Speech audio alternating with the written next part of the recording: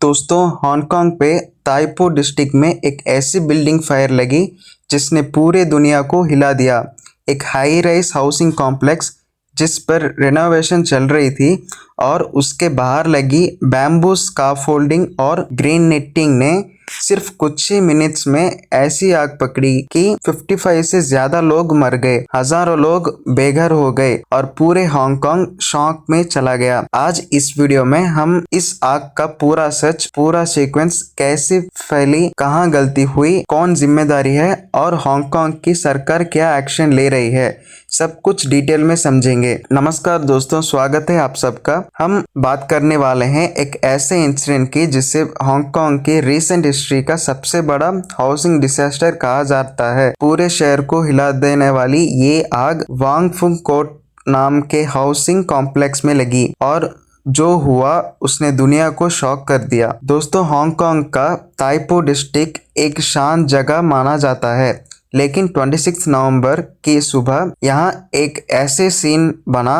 जो किसी नाइटमेयर से कम नहीं था। वांगफुक कोट एक high rise residential housing complex था जिसमें अलग अलग टावर्स थे, पर सबसे बड़ी दिक्कत ये थी कि कुछ टावर्स पर रेनोवेशन चल रही थी। रेनोवेशन में हांगकांग में अक्सर बैम्बू स्काफोल्डिंग का यूज होता है। ये बैम्बू स्काफोल्डिंग पुराने जमाने से चलती आ रही है, लेकिन इसका एक बड़ा नुकसान ये है कि ये बहुत जल्दी जलती है।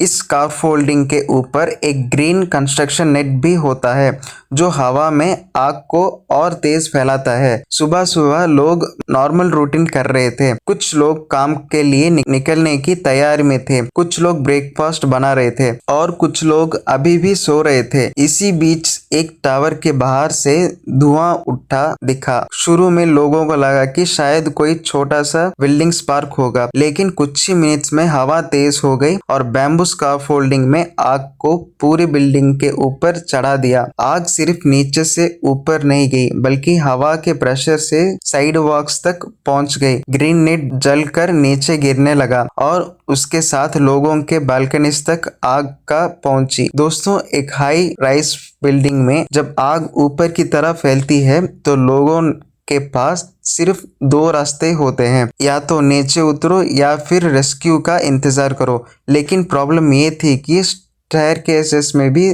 धुआं घुस गया।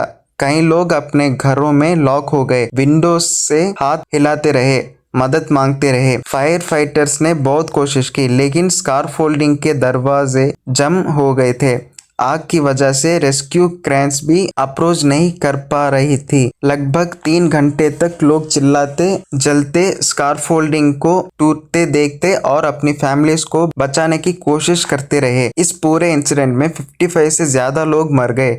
कई बॉडीज इतनी जल चुकी थी कि पहचानना मुश्किल हो गया। दूसरी बड़ा शौक, इस बिल्डिंग कॉम्प्लेक्स में बहुत सारे एल्डर्स लोग रहते थे। कुछ लोग व्हील चेयर्स यूजर्स थे, कुछ लोग बहुत एल्डरली थे जो जल्दी मूव नहीं कर पाए। कहीं पर फैमिलीज अपने बच्चों को बाहों में लेकर बालकनी तक भागे, लेकिन रेस्क्यू देरी से आया। इस इंसिडेंट के बाद सबसे बड़ा सवाल उठता है, आखिर आग लगी कैसे? इन्वेस्टिगेशन टीम्स ने बताया कि रेनोवेशन मटेरियल्स, बैम्बू स्काफोल्डिंग और ग्रीन नेट बहुत फ्लेमेबल थे।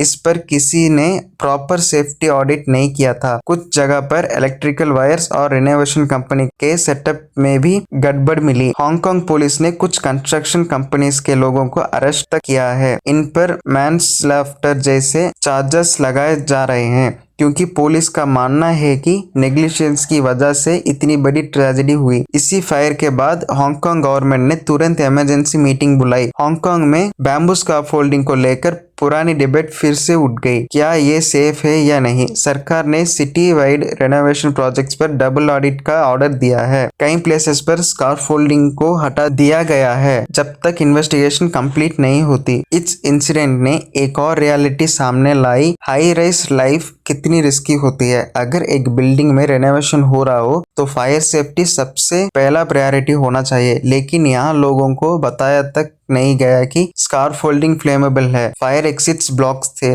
अलार्म्स करेक्ट टाइम पर नहीं बजे और एग्जामिनेशन प्लान वीक था। दोस्तों, इस ट्रेजेडी ने हांगकांग के लोगों की दिल तोड़ दिया है। कई फैमिलीज अभी भी अपने लव्ड वंस का इंतजार कर रहे थे और कुछ लोग मिसिंग हैं। रेस्क्यू टीम्स अभी भी रूबल के नीचे सर्च कर रहा है। हमें ये इंसिडेंट्स एक लेसन सिखाता है, सेफ्टी को कभी लाइटली मत लो। रेनोवेशन, रिपेयर, स्कार्फ फोल्डिंग सब जगह लोग रहते हैं, वहाँ 100% सेफ्टी होनी चाहिए। आज पूरी दुनिया हांगकांग के लिए दुआ कर रहा है। इस ट्रेजेडी ने ह्यूमंस को याद दिया एक छोटी सी नेग्लिजेंस कितनी बड़ी डिजास्टर बन सकती है। दोस्तों, अगर आपको ये डिटेल्ड एक्सप्लेनेशन पसंद आया हो तो प्लीज वीडियो को लाइक करें, चैनल को सब्सक्राइब करें और अपने थॉट्स नीचे कमेंट्स में जरूर बताएं। ऐसे रियल लाइफ स्टोरीज और करंट ग्लोबल इंसिडेंट्स को मैं आपके लिए रोज सिंप्लीफाई करके लाता रहूंगा।